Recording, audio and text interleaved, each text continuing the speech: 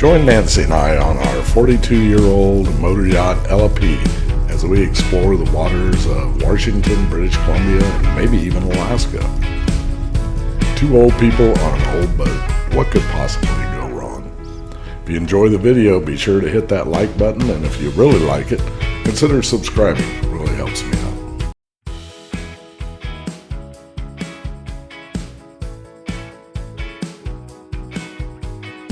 Today's cruise is a little 4-hour jaunt from Roche Harbor on San Juan Island all the way over to Squalicum Harbor in Bellingham.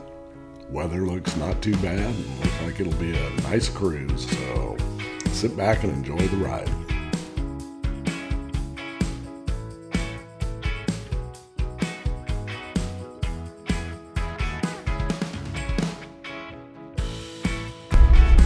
As we backed out of our slip at Roche Harbor, we were a bit sad. I think Roche has become one of our favorite marinas in the San Juans, especially in the early and late seasons.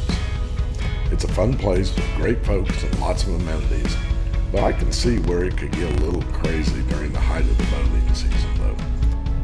If you want some more info, check out our last video for more on Roche Harbor. I'll put a link in the comments below.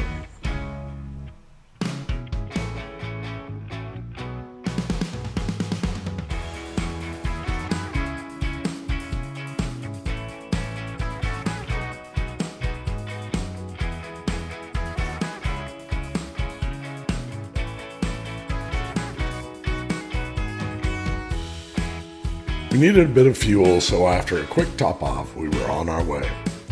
Our route today will take us south of Spiden Island into the Spiden Channel, then on to President Channel south of Waldron Island, rounding the northern tip of Orcas Island, then across the northern end of Rosario Strait, through Hale Passage, and then finally across Bellingham Bay. Weather is a bit gloomy as we leave, but is forecasted to improve by the time we arrive. Moderate south wind and the current should give us a bit of a push along most of the way.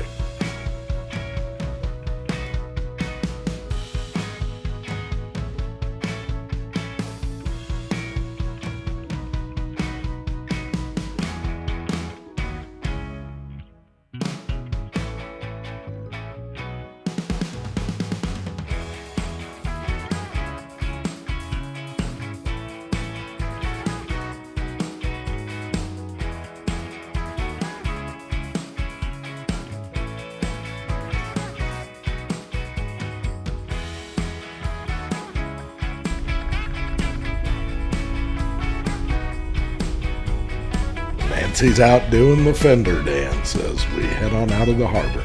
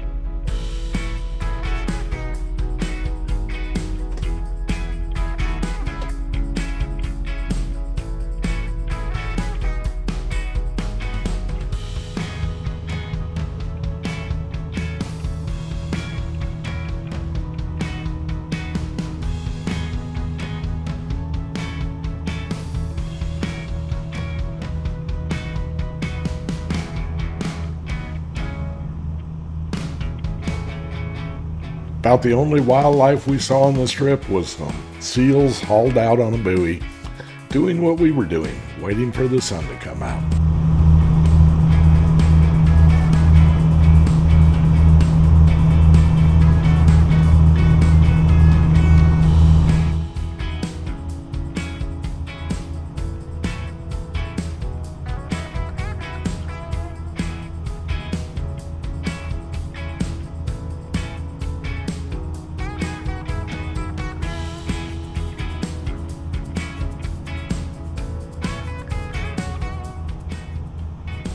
By the time we got across Bellingham Bay, the sun finally started to come out and the weather turned really nice. As we approached the harbor, we ran into a gaggle of little sailboats. Not really sure what they were doing, if they were racing or learning, but they were going all different directions right in front of the harbor entrance. But we successfully navigated through without running over any of the little kiddies.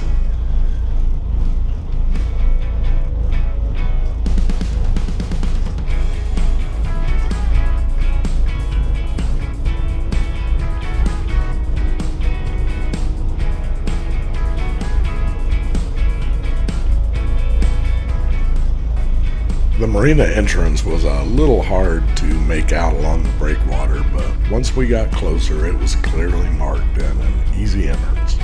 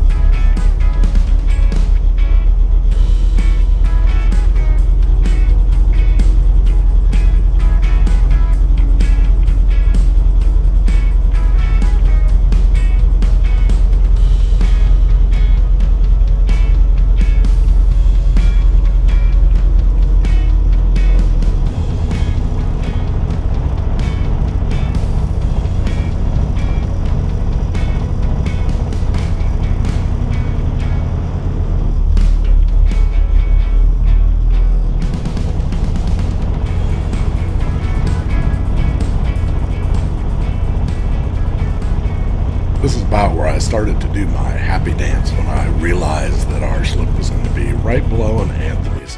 Couldn't get much more convenient than that.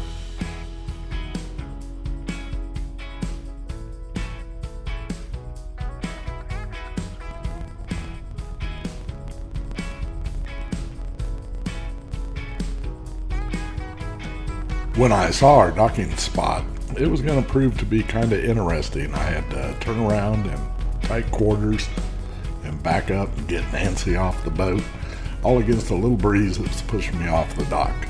But once I got master line handler Nancy off the boat, turned out not to be a problem.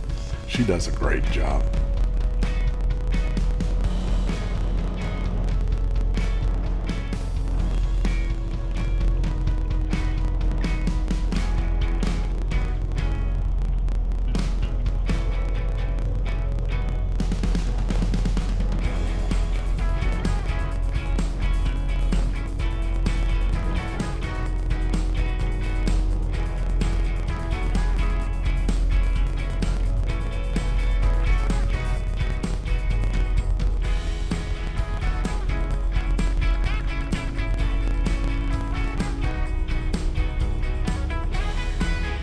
I'm pretty sure right here she's telling me to get my butt off the flybridge and hand her the shore power cord. We really enjoyed our time in Bellingham and will definitely return. Our slip provided us easy access with great views of both sunrises and the sunsets. Unbeknownst to us, we arrived at the weekend of the Bellingham SeaFeast Festival. SeaFeast is a 2-day event at Squalicum Harbor held yearly around the end of September. It promotes local seafood and the region's culinary diversity. That traditional lumi salmon was amazing. We also watched the Coast Guard demonstration of putting a rescue swimmer in the water and retrieving them. I can't say enough for what those guys do. True heroes. For more info on SeaFest, I provided a link below. And if you're still hungry after SeaFeast, Grab an Uber and head downtown to the Horseshoe Cafe. It's the best breakfast I've had in a while, and a very cool place. They've been in business since 1886. Check out their story and menu in the link in the description.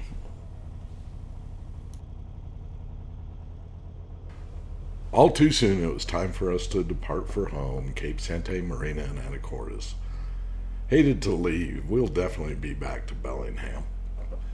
It's just about a short 2-hour trip down Bellingham Bay into Weymouth Channel and then into the marina. Weather was definitely not ideal. Rain and some wind against current. Marine forecast predicted 2 to 4 foot wind waves, just about out of my comfort zone.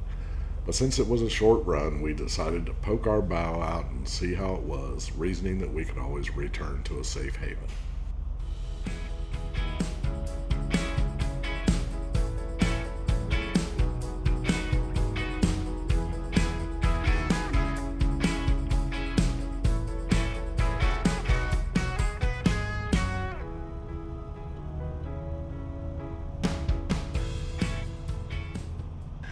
The trip down the bay was a little rough, with some occasional white water over the bow, but nothing too exciting. As soon as we got out of the bay, the seas smoothed up, but then the rain started.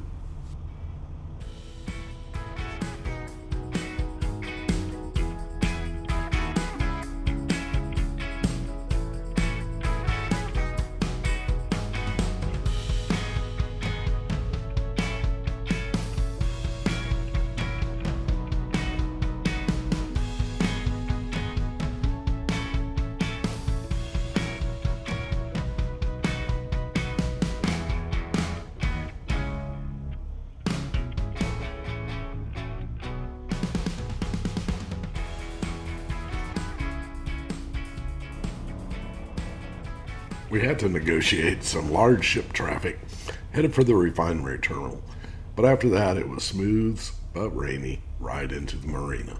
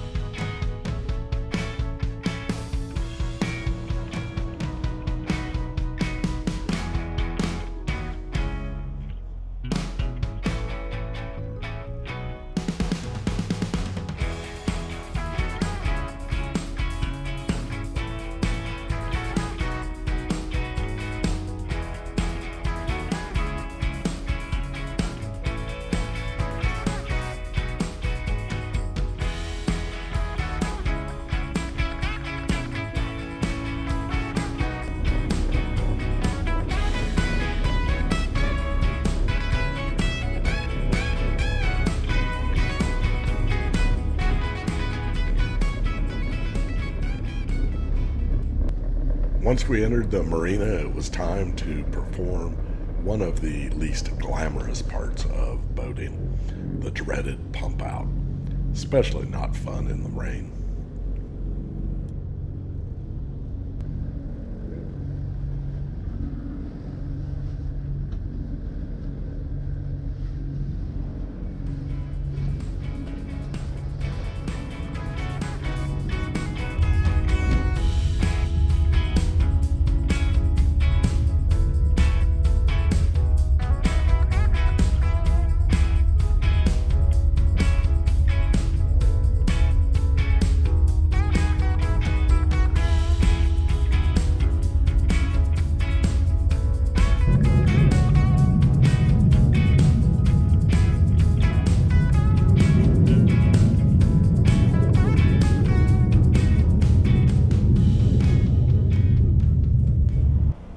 After that fun little chore was completed, it was time to head for our slip.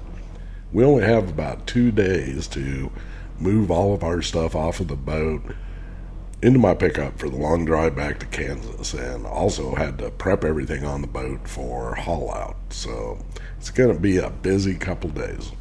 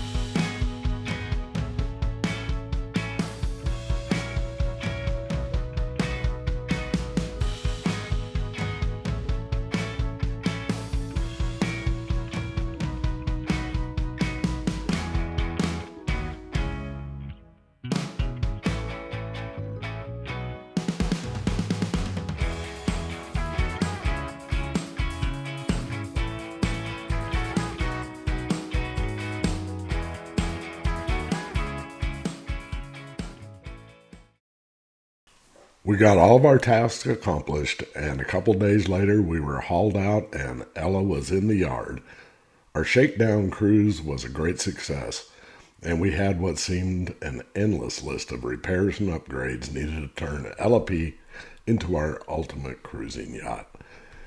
Stay tuned for the next episode of Adventures of LP, where we'll go through the months-long process of the refit. Be sure to like, subscribe, and hit that bell if you'd like to see that next episode coming up. Thanks a lot for watching.